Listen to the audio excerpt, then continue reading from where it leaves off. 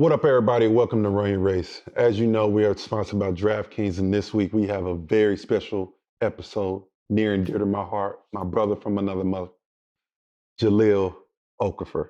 Listen, unbelievable pod, and I'm looking forward to it. So let's get into the pod.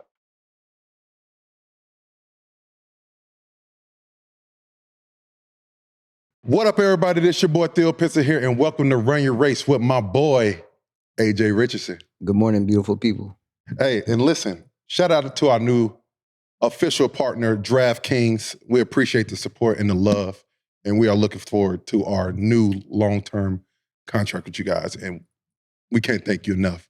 But we are here in Miami. It's the Miami vibes, and we got my brother here today. This is a special pod today, people. This is a special pod. This is literally my brother from another mother. He light skinned, I'm dark, but we'll let it go. But this dude we played against each other our whole lives. Our whole lives, we have been like that. I called him the other day, and it's like we ain't skipped a beat. And he is one of the most unbelievable people I've ever met in my life. Family, top of the line, and I can't say enough about him. People, we got a national champ here today, too, even though it's from that school down the street. People, we got Jahlil Okafor here today. Yes, Get sir. it right. Yes, sir. What's up? Nah, man, John, like I said, bro, I appreciate you coming on. I cannot thank you enough. You are an unbelievable person, unbelievable player, and you as a person speaks louder than any of all that other shit. So I want you to know that. I want you to just know, like, don't let none of this shit that goes on the politics side affect who you are as a person, because you're an unbelievable dude. But, Ja, we got to know about your race. We got to hear about it. That's what we do here. We want to talk about how you got to where you are today. How did you become the number 3 pick in the draft? Facts. How'd you win a national championship at Dookie? Literally Dookie. Let's talk about Let's it. talk about it. We're going to get right into all that, man. So, John, talk to us, man. Where you from, and how'd you get started playing this game of basketball? First of all, I want to say I appreciate you for having me. No, It's my pleasure to be on here. Playing overseas now, it's nice to have these podcasts, seeing like my boys doing this. Sometimes you can feel kind of away from everybody. Yeah, so, for sure. so it's nice to see these podcasts. It's nice to see you doing your thing, as well as D-Lo and all of our other guys. Sure. So shout out Appreciate to y'all. that, brother. No doubt. Where you from, and how'd you get started playing this game? I am from, a lot of people think I'm from Chicago, which I have a lot of roots in Chicago, but I'm originally from Arkansas. I was born in Fort Smith, Arkansas. Okay. So what is something, did you know you were going to play basketball at? First of all, let's go and get this out, because first time I met you, the motherfucker was like 6'11". That was like 3rd grade. So, what, were you always big as hell? I was always the tallest person by far. My mom was 6'3". Okay. My father is 6'5.5". So Sheesh. I got it on both sides. By the time I was in 8th grade, I was already 6'8", 260. Yeah, so I've always been larger. I've always been really big. So when did you start playing basketball? I've always played basketball. No other sport? I've played other sports, but I've always had a ball in my hand. Like, we have videos of me like in a diaper running around the crib with a basketball in my hand. So with that size, you didn't even think about like getting on the football field. No, I love football. I love playing football, especially growing up in the South. Yeah, that's true. What position? I was center. But I could have done more. I could have been. Right, 6'8", 260. That's tight end. What other position were they gonna put you at? They saw a big motherfucker. Hey, listen, Yo. you got to be the center, bro. You weren't fucking with that at all, were you? No, I wasn't. I needed something more swag than that. Yo, that's funny. What was something that drew the love to basketball for you? Basketball was always my first love. My mother and father, they both played it. And honestly, it was other sports that I played, but yeah, basketball was always the end goal. Like, I have my third grade yearbook. It says, we'll probably see this person in the NBA one day. So that was like me. Like, I was always telling like my classmates and stuff, like, I'm gonna be in the NBA. Did that give you like a little motivation? Like knowing you, the size that you had, and then reading that quote in the yearbook, was it like, all right, that clicked? basketball is where I'm trying to go. That's my goal. Honestly, I don't even remember reading that at the time. It's just like now as an adult, I go back and look at my old yearbooks and I see my third grade yearbook, it has that in there. Yeah. So I don't remember seeing that at the time. That's dope. That's crazy. I'm just trying to figure out, like, you got everything. You got the size. When did you become good? When did you realize, okay, I might be good at this? I feel like it happened in 7th grade for me at 7th grade nationals in Memphis. I think you were there too. Yep. I remember. I was there. Yeah. I was fucking there. We were playing the Memphis War Eagles. I think it was in the Final Four game. You remember LaRon Black? Yes. We're playing LaRon Black in Memphis. We lost that game. I feel like we got cheated. I'm still holding on to that because we was in Memphis. Still remember. I definitely still remember that. But I feel like that nationals when I actually felt like I wasn't just a big body, like I actually had footwork. And that's when I remember people finally saying like, oh, you have nice footwork. And I didn't even know what that meant. Right. But I think that started in 7th grade. Where does that come from? Because listen, you get a lot of bigs out here that can't. Who helped you develop them damn feet? Because you talk about footwork, Ja has some of the best footwork I have ever seen from a big. Where did you learn that from? Who do you give credit that helping you get to where you are? I've had a lot of help. I think some of it is just like natural. Like I'm lucky not to be like a big clumsy guy. But then shout out to my guy, Rick Lewis. He was my trainer that I've been working with since 8th grade. Okay. And he kind of gave me the blueprint of this is how we're gonna get buckets in the post. He was there. He was the one. He was the one that laid the blueprint out for me. That's crazy, bro. Because like I said, I remember seeing Ja in Memphis, and I was like, oh shit, there is nothing we can do with him because we're gonna have to send a double. But Ja, we got to talk about it. Not a lot of people gonna know what the hell we talking about. We gonna talk about it. The Arkansas Mustangs. That team was a dynasty. It was Literally, y'all went to the Final Four. What? Damn near every year till when did Arkansas Mustangs stop? I left the Arkansas Mustangs in 7th grade. That's when I went to Ferrari in 8th grade. Yes. But we were. I felt like we were a dynasty. We won 3rd grade nationals, lost in the Final Four and 4th. We won 5th, won 6th, and then we got cheated by the Memphis team in 7th. Hey, listen, he gonna make sure you know it is. I got cheated. Talk about the two little guards that those players. What? I forgot their names. What were their names? Kendrick Lee and Frederick Lee. They were brothers. I forgot. Yeah. They went home together and talked about it. Bro, they were causing havoc. They were this big, and I'm not exaggerating. They were this big, and they were shoot threes, and they just threw Ja the ball, and they were winning games. It was crazy, bro. And they roll. What was the transition from that team, but being so good, and then going to the Ferrari? How was that transition for you? Originally, I didn't like the Ferrari, actually. Really? I liked my Arkansas team. You know, we had won 3 national championships in like 5 years. So my dad wanted me to play for Ferrari. So that was a Chicago team. Pops is from Chicago. So he was like, let's try this team out, and then we're going to send you back to the Arkansas team. Yeah. But I tried the team out. He never sent me back to the Arkansas team. I'm weak as hell. So what went into, so you stayed in Arkansas for how long?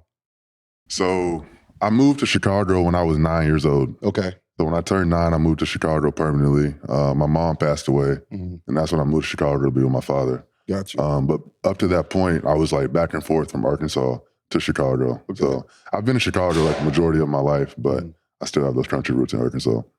Before we start talking about the hoops part of it, how special is Chicago for you and your family? Because I just know you to be a Chicago guy. How special is Chicago for you?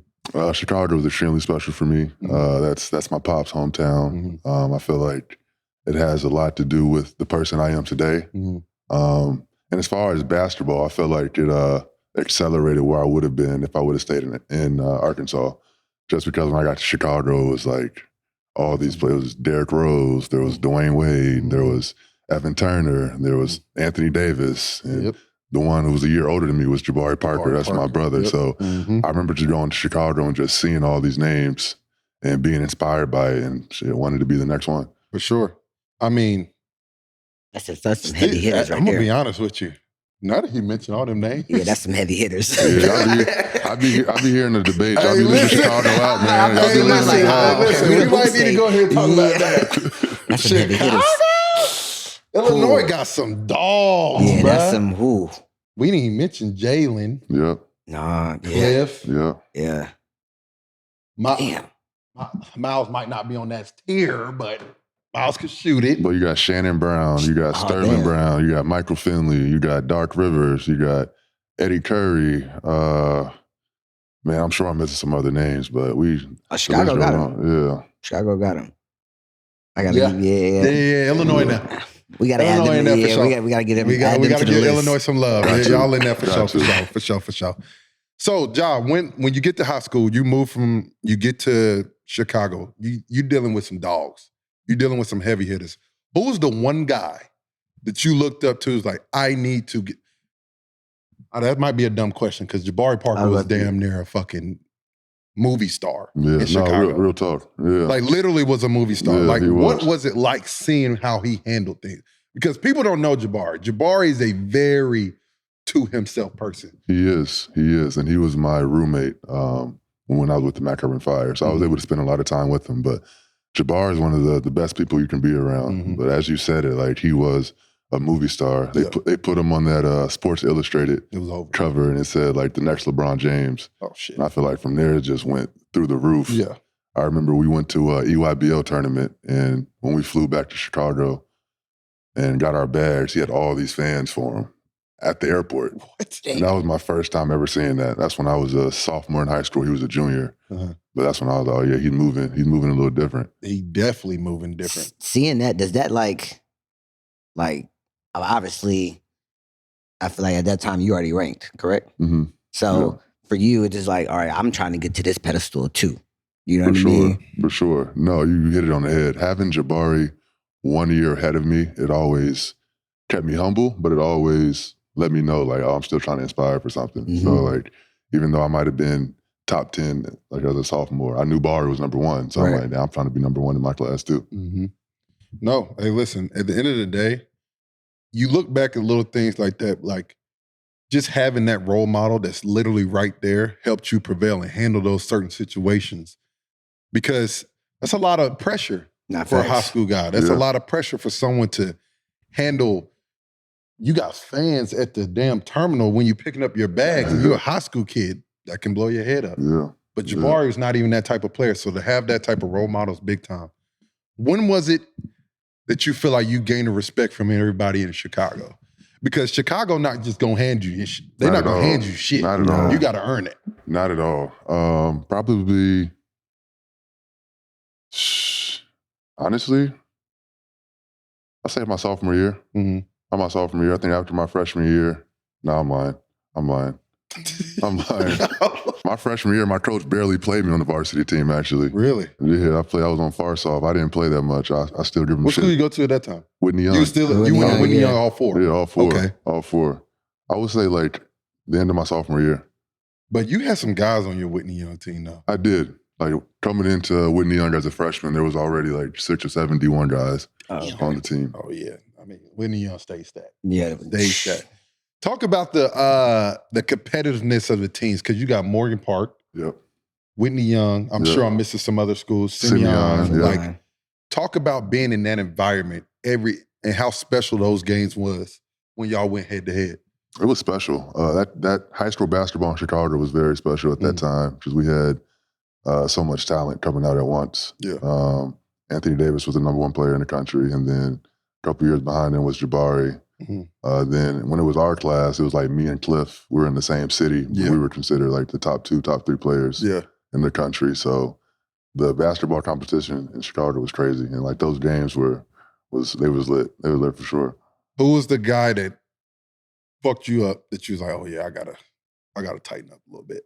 My freshman year, we had a guy on our team named Tommy Hamilton. I'm not sure if you know who that is. Can't remember Tommy. But Tommy was a year older than me, and at the time in Chicago, it was like, who's better, Jabari or Tommy? It was it was them two. Okay. Yeah, he's 6'9", can do everything.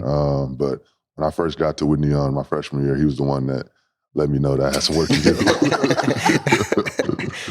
Hey, listen, there's always one guy. It literally is. What is something like, we like to talk about the ups and downs in each part of our careers. What was something in high school that happened, or a failure that happened that you was like, okay, I will never let that happen again? Like for me, you made it. I still think about the shit to this day. The USA team, the second time, we made it the first time, and you made it the second time too, but I didn't. And I told myself I'd never do it again because I just let it happen. Like I didn't go in and take it. I remember that. So what is a situation like that for you that you told yourself, I'm never letting that situation happen to me again, or a down moment for you? The first thing that comes to mind is losing in the state playoffs to Jabari. And like taking that to heart and saying like, I'm not going to let this happen again. But he beat me the next year too. God damn, Barry. But that's the first thing I remember. Like, you ever get one? I did get one. My senior year. You got one. Yeah, I got one. You can't lose that. You can't lose senior year. We almost did too. Did you? Who y'all play? We played Jalen Brunson in the Final Four to get to the championship game, and he went crazy. He lit us up for 56. Damn. Yeah. JB was cold. Sick. He should have had more actually. He for did real. He foul out? He did not foul out. Actually, he might have. I feel like that was something that he fouled out of some shit. It might have been his next year or something. That's crazy. So, growing up, you played with Mac Irvin Fire. Talk about playing for shit. That's a blue. Yeah. I wouldn't say blue. Yeah, they damn near blue blood. Talk about playing for an organization like that. Yeah, Mac Irvin was a lot of fun to play for. I had a bunch of Chicago guys on there. The coaches, Nick Irvin, Mike Irvin, I felt like they brought that dog out of me. Like they got me like screaming on the court. They were like, Nick would be like, hey, after you string, I want to hear you. After you dunk, I want to hear you just scream and yell at the top of your lungs. So I feel like Mac Irvin kind of put that in me. That's where I feel like I got like a lot of the tenacity that I got in high school and when I got to Duke. I'm glad he said it. Y'all was a quiet to himself guy. He a scorer and run back down court. That motherfucker went to Mac Irvin. Oh, different. You knew he was scoring. He was gonna let your ass know. You should see Mike them now. Mike still has be on the court. Man, stay on the court. Stay on the court. Yep. Still to this day. Ja, we had a special class, bro. The 2014 class was very special. For you, how was it to you having Tyus, fucking Justice, Grayson, Cliff, the list goes on, D-Lo, Book. Like, talk about how special it was for you. I've talked about it before, but like, we were such a tight-knit group. I feel like we look forward to every camp because we just got to spend time with each other. How did it mean for you? What did it mean to you? Yeah, I look at it as like a brotherhood. Yeah. I'm not sure how other classes are, if they're as close as we are, but that 2014 class, even till this day, I still talk to a lot of those guys. But like you said, we were seeing each other all the time. If it wasn't for the USA camps, the LeBron camps, we were always together. Yeah. I just look at it as like a special time of people going through similar things, from being recruited to getting drafted. I felt like I had people that I could rely on to kind of compare stories and to also hear what they were going through to kind of help what I was going through as well. For sure. I think it definitely made a difference when you around the guys that's literally going to do the exact same thing. Yeah. I may be going out on a limb. You let me know if I'm wrong. We go to Cancun. We win a gold medal. Is that when you decided Tyus Jones will be your point guard in college? That is, that's accurate. Yeah. I was on that trip. Yeah. Bro. Yeah. I remember to this day, John's like, we going to school together. I don't give a damn what you do. I'm going with you. That shit was, bro. It was just flawless. Like it literally was. Everything just clicked. Talk about how special Tyus Jones is to you and your development too. Y'all helped each other get better in different ways, and talk about just that relationship. Yeah, Tyus is like a brother to me, man. He, as you said, we started playing together freshman year with the USA basketball team, and we just gelled on the court. And that's when we kind of made the decision, like, we're going to go to the same school. And I remember a lot of people just saying, like, everybody says that. It never really works out. But we have made a commitment that we're going to do this. My family was really close with her. They're still close. My family's close with his family. And it was something that we just did. We took all of our official visits together. And, when it came down to it, we decided on the Blue Devils. And, he's special to me. I can talk about Tyus all day, but he has He has a very special place in my heart. That's my dog. For sure. That's actually pretty impressive because I think being a big and you as a top big, knowing that like I want to play with this point guard, Mm-hmm. you know what I mean? Like seeing Chris Paul is my cousin. So he got a lot of bigs paid in the league. Yeah, no doubt. Yeah. But a lot of bigs probably wouldn't say that. Mm-hmm. You know what I mean? So for you to be like, yo, you know you played with Tyus, you knew what he did, he probably could unlock you, you know what I mean? Yeah. So the fact that you had that mindset and you already do that at that age is like impressive, bro. No, I appreciate That shit that. is impressive. I appreciate that. No, for sure. I mean, at the end of the day, them the ones that getting you the ball. Exactly. 100%. Yeah. Hey, they know. Yeah, like, he all right, was- big fella need to eat Right. too now. And he was know one how of to the get him the Tyus was ball. one of the best. He was one of the best at that. One of the best passes I ever Still is played to with. this day. Still is to Yeah. this day. I mean, plays at a high level. People don't realize how much of a bucket he was, though. Like They don't. yeah, he averaged They like don't. 35 in high school. People don't Sheesh. understand. Tyus played for Howard Pulley. And no disrespect, they weren't that good.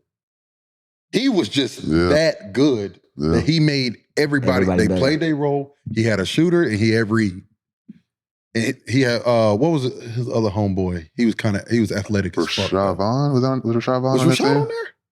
I don't He's know if from he was. Minnesota. He might not have been on that No, team. no, he had one other guard with him that was pretty good too, but he always made his team better. Always made his team better. Who was your first letter? You remember your first letter? I don't remember my first letter. I remember my first scholarship offer, though. Yeah, who was your first offer? DePaul University. Of course. That was in 8th grade. Yeah. Of course. Yeah. Trying to keep you home. Did DePaul have a chance? They did not. They did not. Were they in the final list? No. I didn't want to stay home, though. I knew I didn't want to be in Chicago. I didn't want to go to Illinois. Who was the final five? It was Oh, you had three. it was Duke, Kansas, Baylor, and Kentucky. Oh, okay. Gotcha. But it ended up coming down between Duke and Kansas. What was something, because we want to give everybody a little game here. What was something that you look for in recruiting and what was important for you? Of course, Tyus. Facts.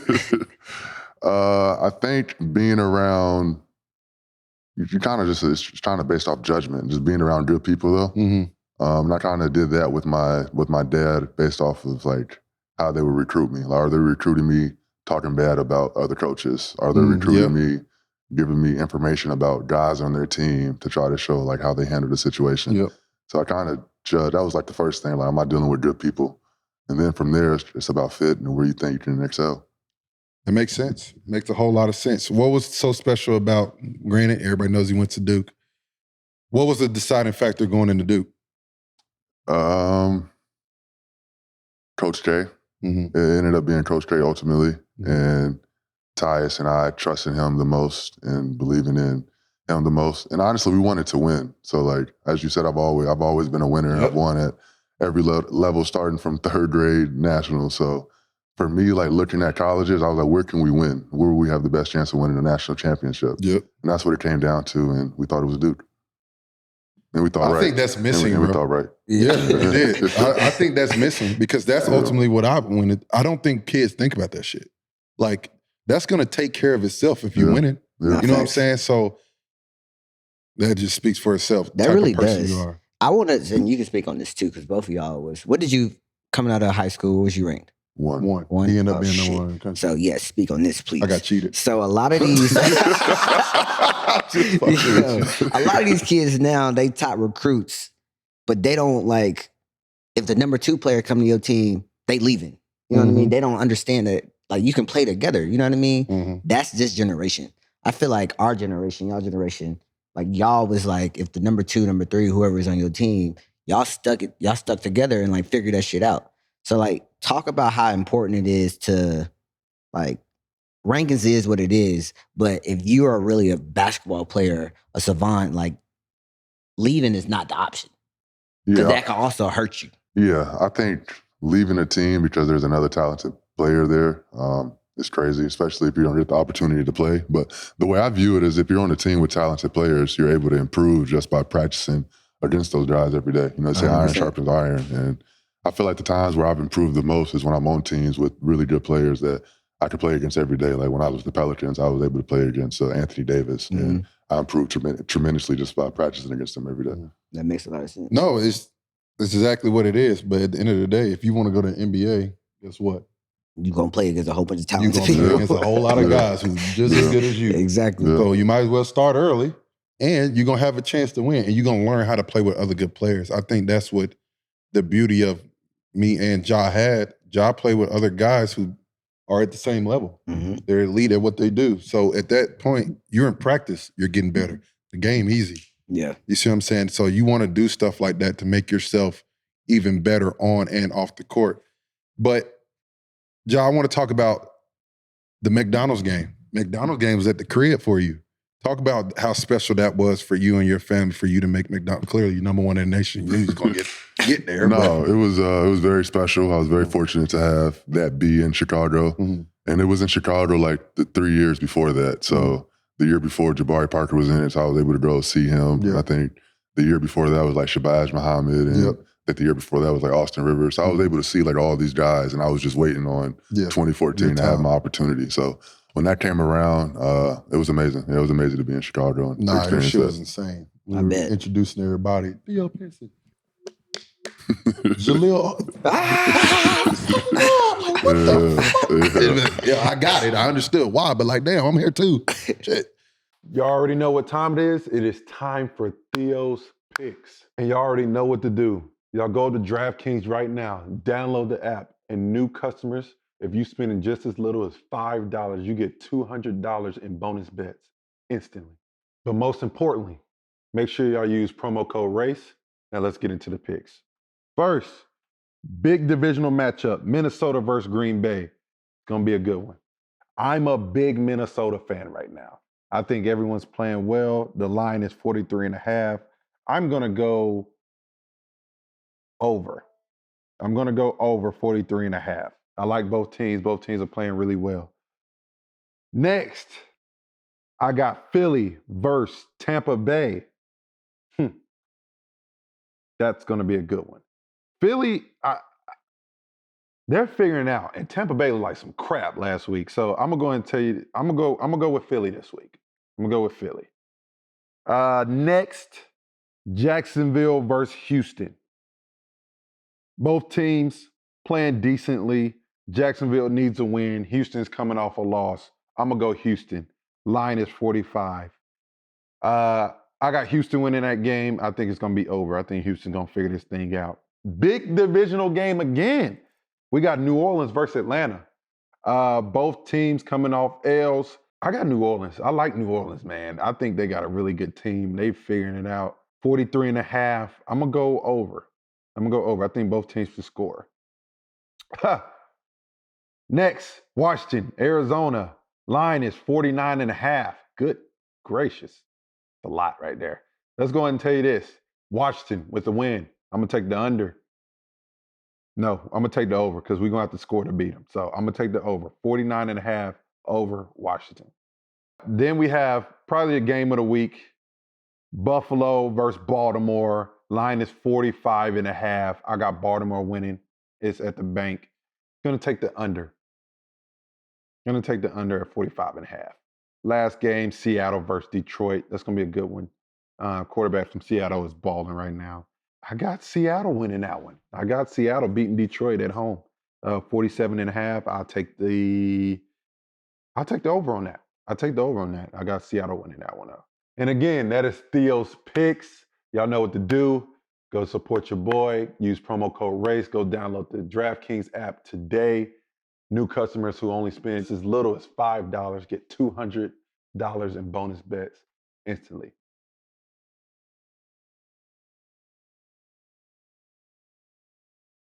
No, but Ja, do you remember our visit to Duke in Countdown to Craziness? Yes. It was me, you, Harry. Harry was there? I think HG was there, yeah. Damn. Yep. Harry was there. Tyus. Tyus, yeah. Did Justice go? Justice was not on that visit. Mm. So it was us four. So Coach K brings us back to the movie theater, the movie room, whatever the fuck, film room. He sits us all down. Said, Jahlil, you're the best big in the country. You're going to dominate everybody. You're fine. You're going to go to the league, blah, blah, blah. Tyus, best point guard. You can run a team. You can score. You're fine. Gets to me. I said, oh, shit. He says, Theo, you got to separate yourself. Well, damn. I said, well, fuck you. I ain't coming here. I was like, Hey, at least he kept it real with you. He kept it real with you. He kept it real with you. The crazy part about it, that has always sunk in with me, though. I do have to say, he's like, there's a lot of guys your height, athletic, and that can dunk and can run. He's like, there's a lot of guys like you. You got to separate yourself. But my 16-year-old ass did not need to hear that shit from him at that moment. You just told him he great, and you all right. I was like, oh, he don't want me here. Yeah, I see why you didn't go to Duke. I see why I ain't go to Duke. Yeah, you know why now. No, but that was a cool time though, bro. Like, just spending time with y'all guys at Countdown Crazy. It was a good time. I know I'm a Carolina guy, but it was cool. But you get to Duke. It's time now. You trying to win a national championship. What was your welcome to college moment? Just watching the college, probably the conditioning that we had to do. Ooh, boy. It was brutal. My incoming freshman year, Jabari and them had lost the year before in the first round to Mercer. So he's pissed. So he's pissed. The coaches, the strength coach, everybody. Yeah, so he's hot. They was ready for us. Yeah, they was ready for us. It got ugly. Yeah, man. Yeah, it was tough. I struggled. Mm-hmm. Yeah. You go in with a great class. You had Grayson, you, Tyus, and Justice. Talk about the pressure y'all had as freshmen to come in and produce at an early. I mean, y'all had no time to waste. Yeah. For us, it really didn't feel like pressure. It was like what we wanted to do. Yeah. And me, Tyus, and Justice, we knew that we were going to play a lot, like off the rip. And obviously Grayson ended up coming along after and led us to the championship. But it didn't feel like pressure to us. You was ready. We really, that's the only way I can explain it. Like, we were just ready. How special was Quinn Cook for that team? He was the most, if not the most important, one of the most important pieces. Just his leadership, and obviously as talented of a point guard as you can have, but to have a senior leader to help the freshmen along, it was very crucial for us. What was the game for you that got you over the hump and got you comfortable? Because at the end of the day, this game is about confidence. What was the game for you that you're like, okay, I'm here now? I'm not even trying to be funny. Right away I started hooping. So got ugly. Yeah. Because y'all played in the Champions. Did y'all? Champions last year against Michigan State. Cooked. Yeah. I played well. I played well. For real, rightfully so. Hey, listen, I'm gonna be honest. He right. The motherfucker dominated from day one. He ain't really had no welcome to college mode. Me, struggling, trying to figure the shit out. I'm like, I remember we played. What was y'all prep like before y'all played us? The prep? Yeah, just normal day. No, not normal. No, it's more intense. Everything's more intense when you're playing against y'all. Boy, when I tell you they beat the shit out of us both. Oh my God, bruh. I was like, we got to get one. We knew we weren't beating them there. But at the crib, we was like, oh, we going to get these motherfuckers. They turned up on us. Y'all almost got us at the crib. At y'all place? Yeah, y'all were up 9 with like a minute 30 to go. Oh, no, we was whooping y'all ass. And they blew it? We was whooping their ass. I might have been too. Yeah, Jahlil, yeah. JP hit a backwards dunk on their ass. Oh, we was turned. Up 9 with 130 left and y'all blew it, bro? Smoke daddy. Damn. Smoke daddy. At that time, bro. this is about possessions. We smoked. Controlling the game. We smoked the shit out of that, bro. What was your best game in college? Probably against San Diego State in the tournament. Went crazy. Yeah, I think that was in the clip. That was played a fucking clip. That was the game to get to the Sweet 16. So I think that was probably my favorite game. I remember. Don't show that up 9 shit though. Show that to me. Play that clip. No, don't play that motherfucking clip. God damn. Yeah. Show the backwards dunk by JP though. Don't show that. Ooh, I was lit, boy. Don't show that. We did not show the end of the game. I was sick as fuck, I sprained my ankle that game really bad. You did, and then you came back though. Yeah. Damn. I actually dealt with that ankle injury like the rest of the season because I only missed 1 game. I came right back. So really? I never really gave it time to heal. Did y'all win it? Y'all didn't win the ACC tournament though. No. I think y'all Notre Dame won it. Yeah. Notre Dame won. Notre Dame won that Yeah. motherfucker because we lost to them. We was in the championship. Lost. Damn. We was losing like a motherfucker that year, bro. Y'all had a team though. How was the campus environment? Like, are y'all allowed? Can y'all walk around just like normal or not? Yeah, very really? normal. Yeah, Duke chill.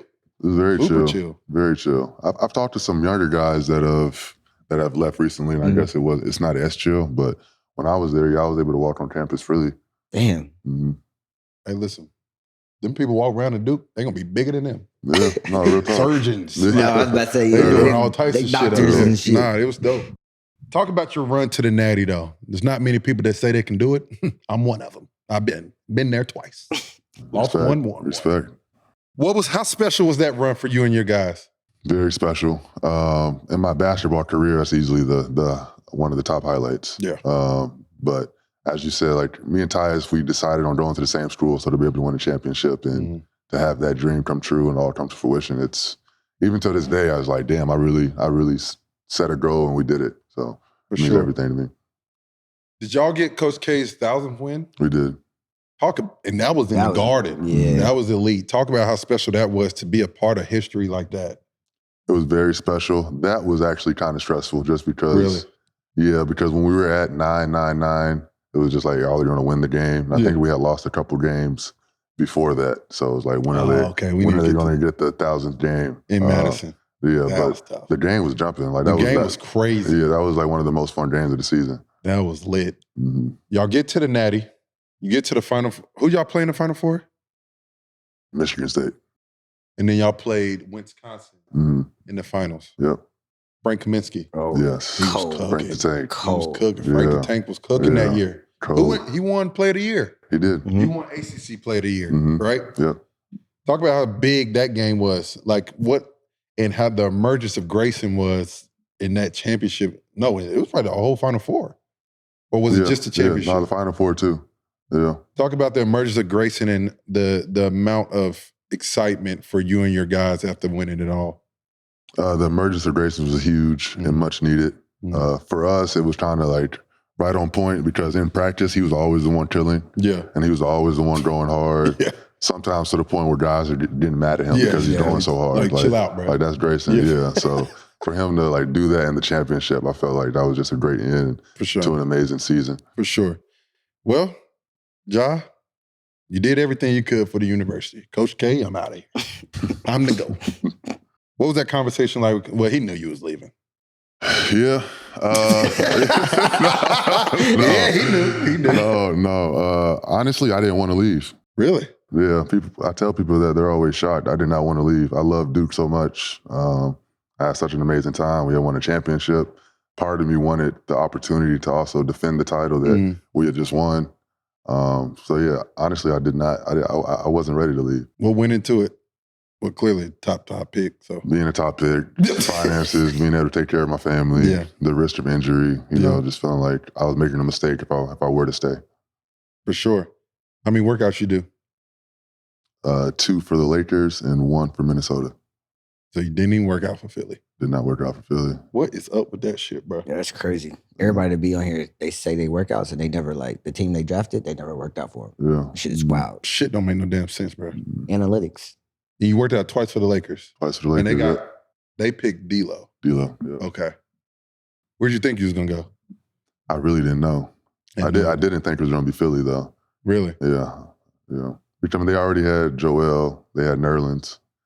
So wow, damn. Yeah. So actually, after D'Lo got selected with the second pick, my agent was like, "Yeah, Philly's about to pick you, but they're going to trade you." So so right away, like the whole night, I'm thinking like, "Damn, where am I going? Where am I going? I'm still trying to figure out where I'm going." Got you. But draft night, it's what you've been dreaming of. This is something that you've been dreaming of your whole life. You worked your ass off to get to this moment. How special was it for you and your family? It was very special. I had my dad there, my grandma there, my sister, my niece, my aunt. It was everything. I knew my mom was watching, looking down on me proud. And that was something that me and my sister was trying to able to embrace and think about. But yeah, it was everything. That was my dream, was to always make it to the NBA. So for that to happen, it meant everything. For sure. You get drafted to Philly, you find out you're going to get traded, then you don't get traded. Talk about that whole process of trying to figure out what the fuck is going on. Yeah. I think right away I just learned like the business side of basketball. And Sam Hinkie was the one that drafted me. And then I think later that night he called and told me like, don't worry, we're not going to trade you. So I did have some comfortability of knowing like, okay, this is going to be home. But yeah, it was crazy. Like we were not the organization that it is today. Yeah. we were Listen, going through some things completely different. How many years you get? 3. You got 3 years in the league? 6. No, you got 6 in the league. 6 in the league. So you did 3 years in Philly. 3 years in Philly, yeah. Hey, listen, when they say it was the process, it was a motherfucking process. We're going to put that out there. Talk about your first year. We know this is not what Ja's used to. He's not used to losing. What was that for you, and how did you deal with that? Because there's going to be a lot of guys that's in your position that get drafted that high that's going to have to deal with it. How did you deal with it? I probably didn't deal with it the best way. For sure. As you said, they got to hear that, though. Yeah, I didn't deal with it the best way. Like you said, I've always won. I just won a national championship. So to go to Philly and we start off like 0-16, 0-17. Damn. It was rough. Yeah. It was rough. And I remember Coach K calling me before the season, basically just warning me like, hey, I know you're competitive. I know you want to win. But he basically was saying like, put that to the side and just work on your craft and work on like getting good numbers and work on like trying to become a better NBA player, which I did. I feel like I played well, but those losses still hurt. And I kind of like, it was, took like the joy of it, like knowing that we weren't playing for anything. Was it a situation where you felt like you cared more than everybody else about winning? No, I wouldn't say that. I wouldn't say that. I would say that me being a rookie and not being used to that environment, like, it was like, oh, what's going on? But some of the people that they were there like the year before. They were shitty the year before too. That's why I ended up going number 3 there. So some of the guys were kind of used to it because they were there like the year before that. But for me, I think it was just a shock. Who was a big that you played against and you was like, oh shit, he done fucked me up? Boogie.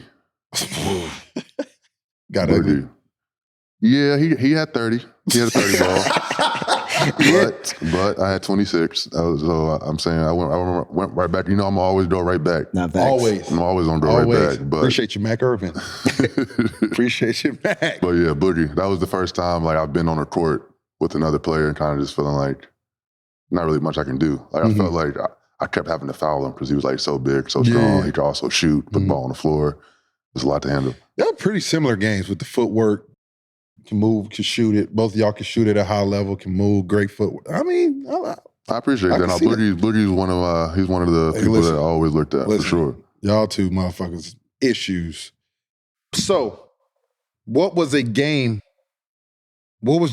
Ja's breakout game at that point? It's hard when you're not winning, but what was the game for you like, okay, I can do this? My first game was in the Boston Garden, my first NBA game ever. Oh, shit. I had 26-7. So right away, I was thinking like, oh, it's on. Yeah. Hey, for the people out there, my man Ja had no ups and downs. That's not true. I had a lot of downs. Hey, I had a whole lot of downs. Ja came in here. It didn't start off on a down. But being in that environment, like being on that team and not winning, do you think that helped you like prepare for like the league, like the business side of it, knowing like pretty much you can't do nothing about it. You know what I mean? You just, like Coach K said, you got to just work on your game. But like, do you think that helped you become the NBA player that you was? Yeah, I think it helped me become a better professional. Just a better professional overall. Yeah, everything that I went through in Philly helped me become a better man and a better professional. No, for sure. When was it? Could you see the turn in Philly on the way when you were there? Yes. You knew. Did you see this from Joel Embiid? Yes. Issue from day one? Yeah. Well, when I first got there, he was hurt. But my second year, after my rookie season, we was training camp, and that was his third year, but it was his rookie season. You know what I'm saying? So that was my first time really getting a chance to play against him, and I knew right away, like, oh, this motherfucker is a problem. For real.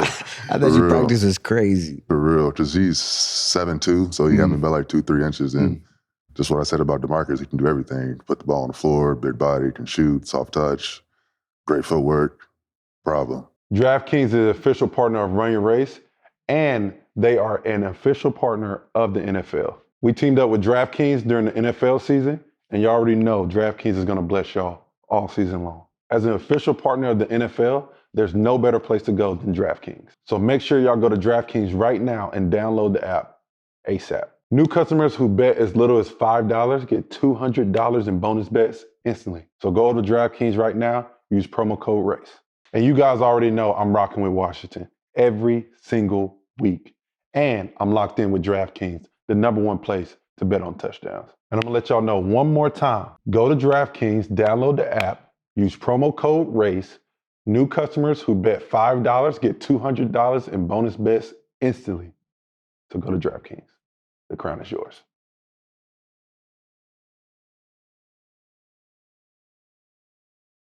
For sure.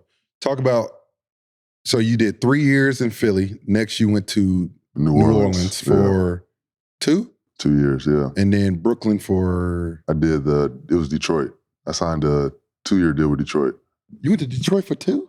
Yeah, I played in Detroit, bro. Yeah. Fuck. Yeah, I got hurt. So I had to get surgery. So I only played like 15 games. And then Brooklyn.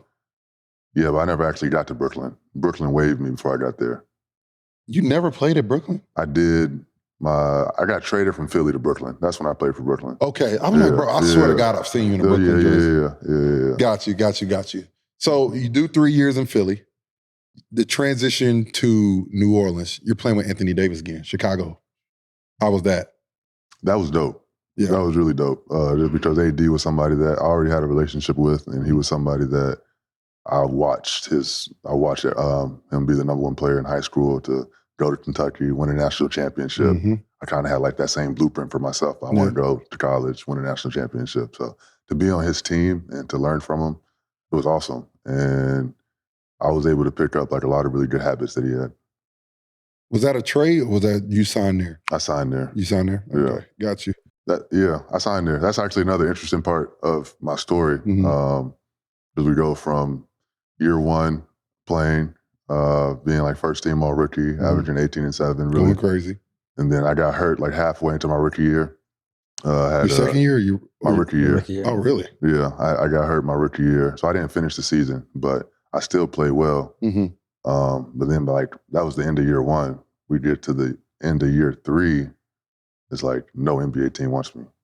So I go from being a first team all NBA. I mean, not first team, I'm sorry. Rookie, like first team all rookie. Yeah. To having a good rookie year. And then to like year 3 in a situation to where there really wasn't an NBA team that I could get on. I signed a 2-year non-guaranteed to the Pelicans. What? Sheesh. Yeah. And you have no idea what the fuck happened? There was a lot that happened. I mean, there's so much that I can go into. I still want to play in the NBA, so there's some stuff that I won't say. But I will say in Philly, there was some stuff going on that wasn't in my control. And our front office, I mean, our general manager had the burner account. Oh, yeah. And he was dissing some of the players and kind of like defending himself on certain situations on his burner account. Gotcha. I just say that to show like the person I was dealing with, that's the person I was dealing with day in and day out. Got you. So that kind of like soured my taste for the NBA. Got you. No, it's tough. Hey, listen, me and you talked about it before we even started, the business of it. I just personally can't take anymore. It is what it is. It's tough. It's nice. Everyone sees the glitz and glamours of it. But we deal with a whole lot of shit that people just don't see. But like I said, I want you to talk about, again, how the preparation for Anthony Davis, because New Orleans Anthony Davis was very different. Yeah, he was. Very fucking different. Because he was still trying to prove some shit. How different was him from what you saw in high school to him being in the league? Well, he was dominant in high school, but it was different. I think the one thing, being his teammate, that I was surprised by was how smart he was as a basketball player. Like, obviously, I knew he was an elite athlete, had good size, could do everything, but his IQ was something that I'm like, oh, you really know the game. You really think the game at a high level on both ends of the floor. And that was my first time really seeing that from a big man. Yeah. And that was something that kind of inspired me to try to learn more about the game. Give me one player that people don't really talk about or know about that you play with in the NBA that was a bucket.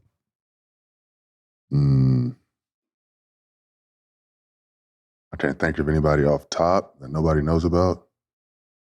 I can't think of anybody off top. If I think of someone, I feel like everybody know everybody, but that's a tough. I was about to say Karis LeVert when I was in Brooklyn, but everybody knows, Seavert's a bucket. Still, people don't even Or really. if they don't know. If they don't know, then Karis LeVert was one of the names that Spencer Dinwiddie was another name that popped into my head. But I feel like people know too.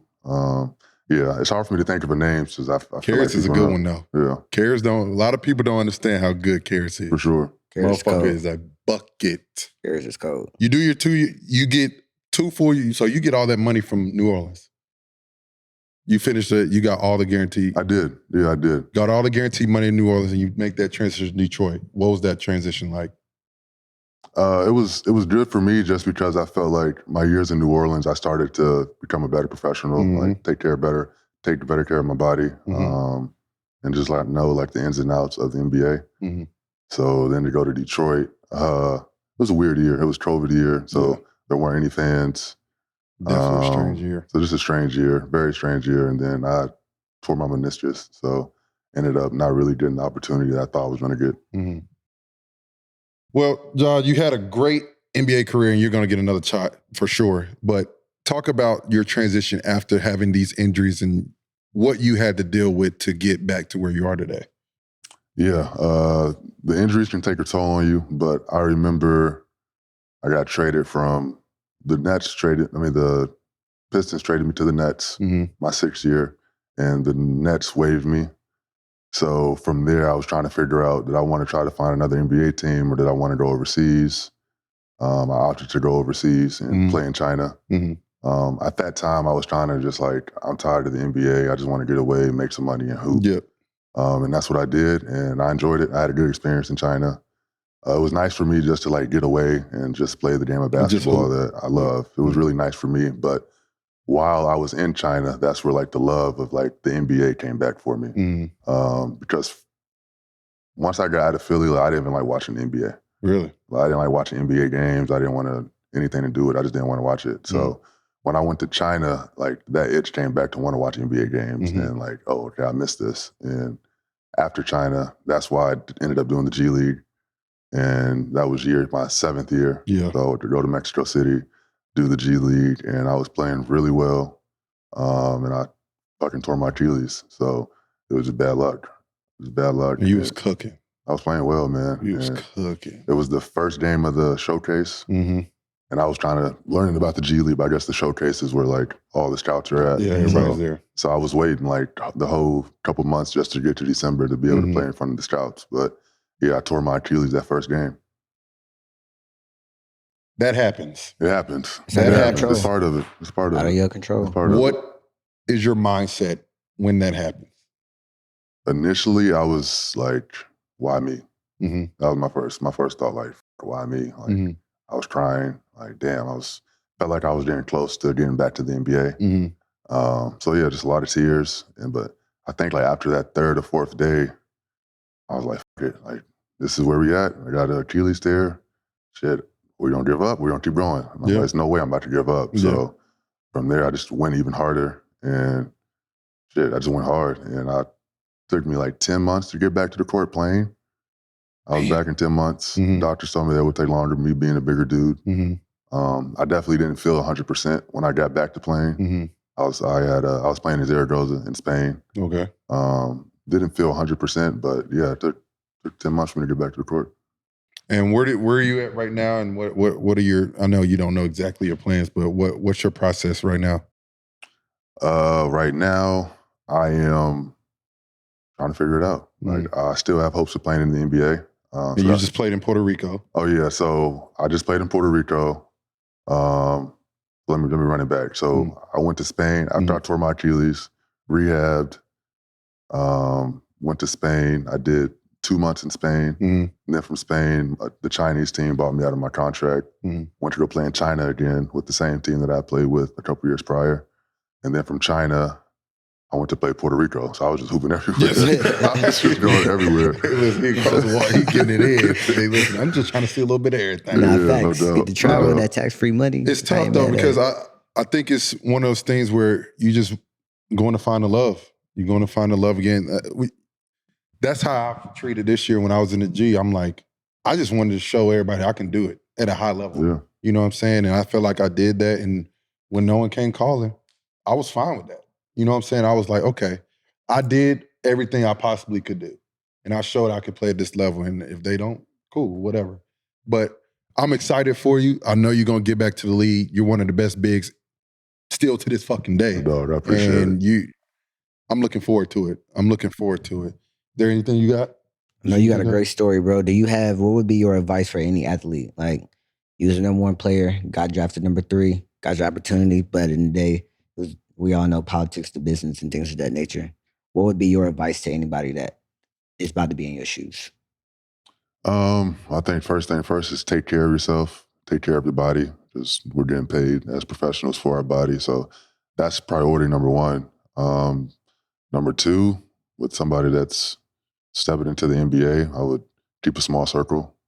There's going to be a lot of people that want to be around you, or you might think is your real friend, but it's really just because they think you have it going on. Right. And if that changes, a lot of people, the same people won't be there. So I would say keep a small circle and take care of yourself, take care of your body. Yeah. So we're trying to figure out what the better Bron is. We're in Miami. Miami vibes. 2012 Bron or 2018 Bron? 2018. Why?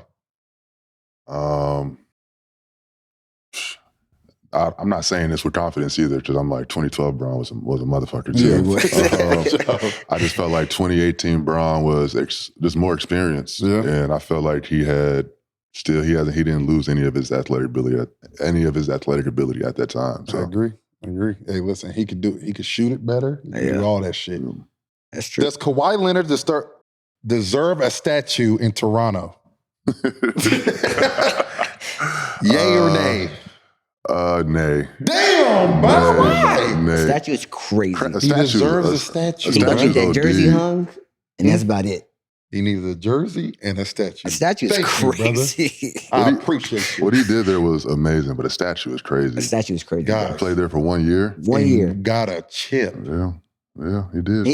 He did. But An that NBA deserves a jersey. championship. That deserves a jersey. He got an NBA championship. If you're going to do the jersey, you might as well put a statue out there. Him and Kyle. Kyle definitely deserves a statue. Kyle should get everything. Kyle should get the statue, jersey, all that shit. He should have a day. A Kyle Lowry day. Facts. Yeah. Come on, Canada. America's team in basketball. The Duke Blue Devils. See, there he goes fucking around. I mean, he just fucked it all up. I wouldn't even talk about college, John. That's a dumbass ass anyway. Everybody know Carolina the best. Oh, shit, I forgot to ask you. Did you ever consider Carolina? Yes. Really? Yes. I love Carolina, actually. Yeah. That's another one, people. Honestly, when I first found out about the rivalry, when I was watching documentaries as a shorty, Carolina was the side that I felt like I was a part of. Young and dumb. I was young and dumb. I mean, I was a Duke fan, so we just flip-flop. Pretty much. Hey, I'm going to go ahead and tell y'all, I was happy for them, but I was fucking pissed when they won a national championship. Because I could have been there. I could have fucking been there. And I was like, I remember I was talking to Joel and Justin, and I said, you know what? Ja, Tyus, and Justin Grayson just won the national championship, bro. And they're the same class. We got to get one. I don't know how the fuck we're going to do it, but we have to win one. And thank God we did. I wouldn't have heard it. I wouldn't have heard nothing else from this man if I did not get a national championship. Now we can have a conversation and I can have a seat at the table. The motherfucker was like, there, champs here only. But John, man, listen, I appreciate you coming on. Course, unbelievable story. You are, I can't say enough about you, brother. And I'm looking forward to everybody listening to it because you you've been at the top and you're just showing that the work don't stop and you never give up and keep doing what you're doing and you'll get back there, brother. No doubt. No doubt. I appreciate you, Theo. But people, that's another episode of Rain Race with my boy, AJ Richardson, DraftKings. We appreciate you. Peace. Peace. Flick. Y'all, appreciate you, man. Guys, totally.